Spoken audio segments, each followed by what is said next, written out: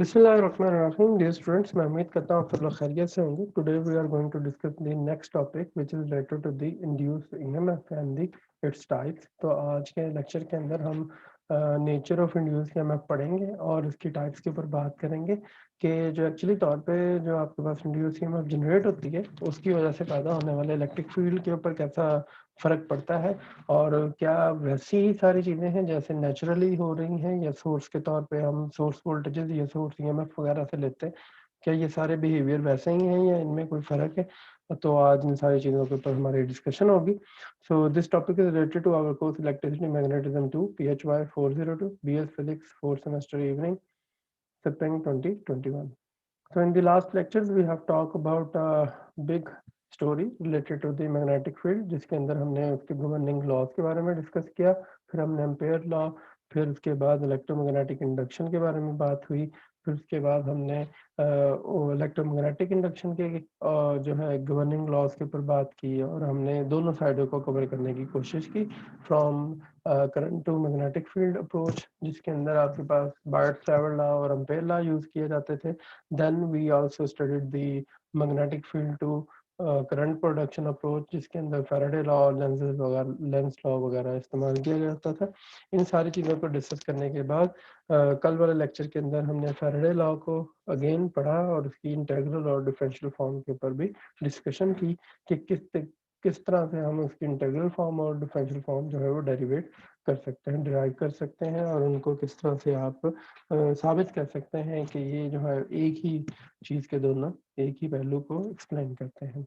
सो इन सारे डिस्कशन के बाद today we are able to discuss that जो आपके पास इंड्यूस ईएमएफ जनरेट होती है उसकी नेचर कैसी है और वो किस तरह से होती है और उसकी वजह से जो इलेक्ट्रिक फील्ड पैदा हो रहे हैं वो कैसा है और उसकी नेचर क्या होगी, उसकी फिजिक्स क्या है, उसकी बैकग्राउंड कैसी है, इन सारी चीज़ों के ऊपर आज हमारी डिस्कशन है. और वी हैव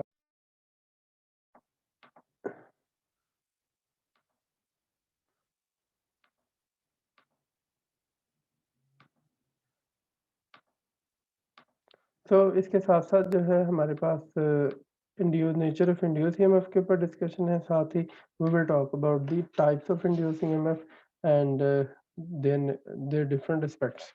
तो आइए स्टार्ट करते हैं हम इंड्यूस ईएमएफ के साथ कि इंड्यूस ईएमएफ क्या है.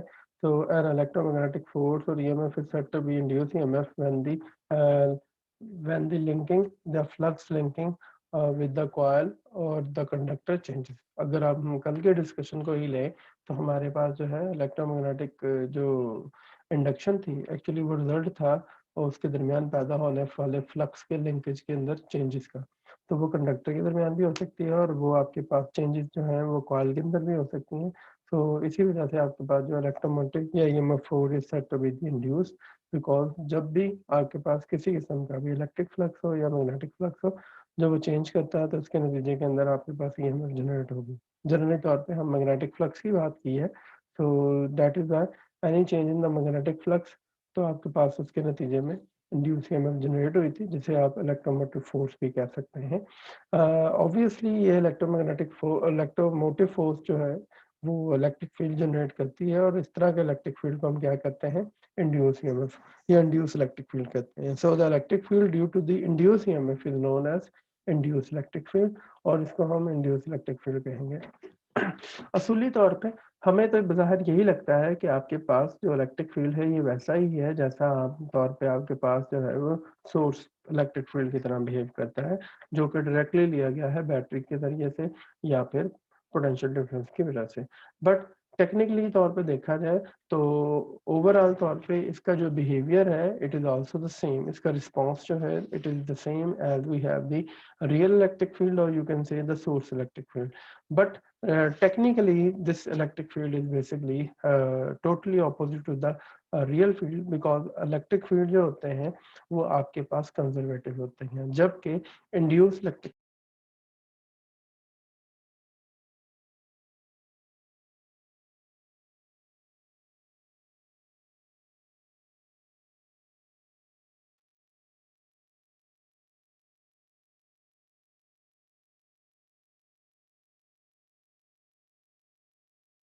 जी, और ये बात बड़ी ज़ेर-ए-गौर है कि आपके पास जो इलेक्ट्रिक फील्ड होगा, वो रियल इलेक्ट्रिक फील्ड जो है वो totally opposite to the induced electric field, और इंड्यूस्ड इलेक्ट्रिक फील्ड जो है it's basically the non conservative quantity. तो आप समझ सकते हैं कि इस इक्वेशन से भी कि आपके पास ये जो इक्वेशन है, this is the right hand side of the equation, ये आपको एक्चुअली क्लोज लूप के बारे में इन्फॉर्म कर रही है, और E dot d l is basically the work done in a close path should be equal to zero, but for this case it is equal to the induced EMF. So that is why this is the non-conservative approach. हालांकि अगर आपके पास कोई real field होगा तो उसके लिए आपके पास जो इक्वेशन है it should be like this way, real field के अकॉर्डिंग ई डॉट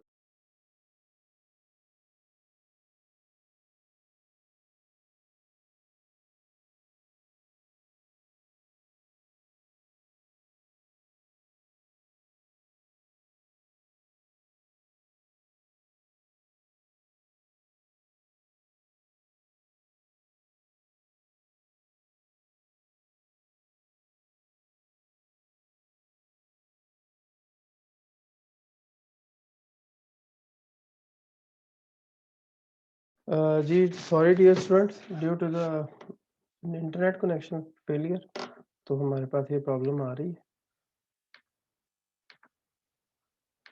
सो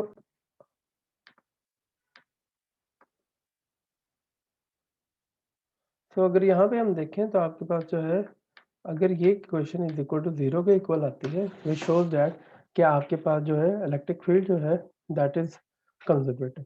तो ये कंडीशन जो है it is the, you can say the definition of the conservative field, क्या आपका जो इलेक्ट्रिक फील्ड है वो in a close loop is equal to क्या होगा, वो जीरो होगा। अगर आप इसके साथ क्यू मल्टीप्लाई कर देते हैं तो actually it becomes the work done, और ये work done close path is equal to zero.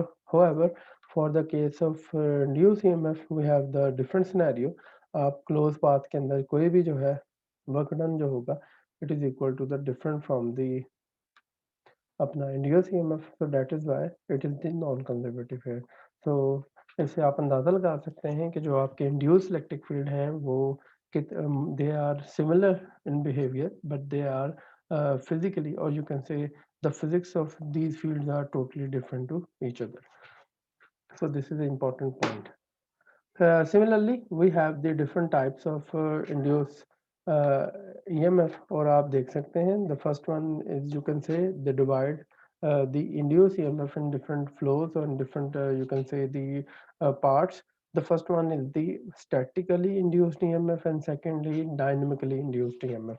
तो बुनियादी तौर पे इंड्यूस ईएमएफ जो है वो दो तरीकों से हो सकती है, या तो स्टैटिक मेथड है या फिर डायनामिकल मेथड है। डायनामिकल मेथड वाले को आप लोग जानते हैं कि हम मोशनल ईएमएफ भी कहते हैं, जबकि जो स्टैटिकली इंड्यूस्ड ईएमएफ है it is called the basically the two veg.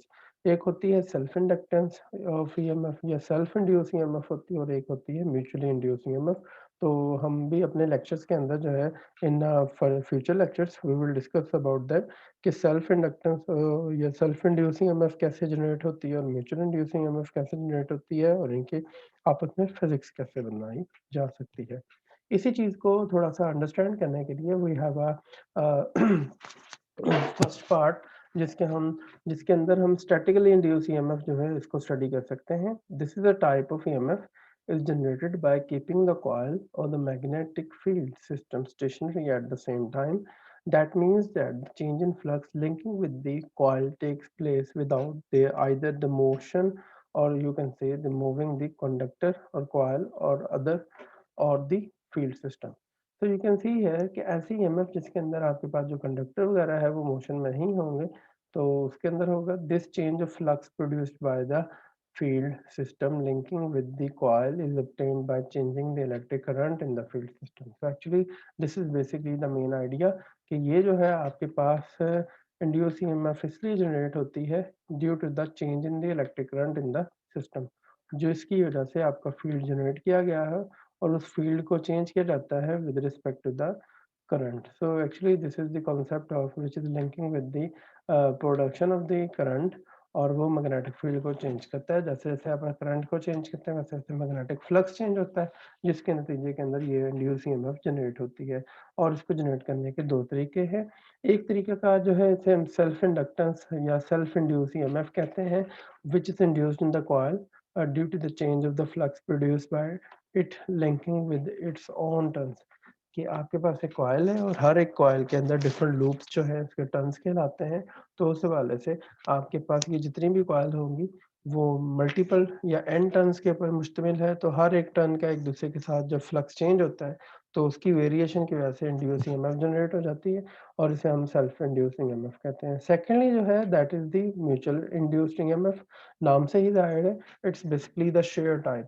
तो एक कॉइल का अगर फ्लक्स चेंज होगा दूसरी कॉइल की वजह से तो हम उसे कहेंगे कि एक ही चेंजेस की वजह से दूसरे के अंदर इंड्यूस ईएमएफ हो रहा है।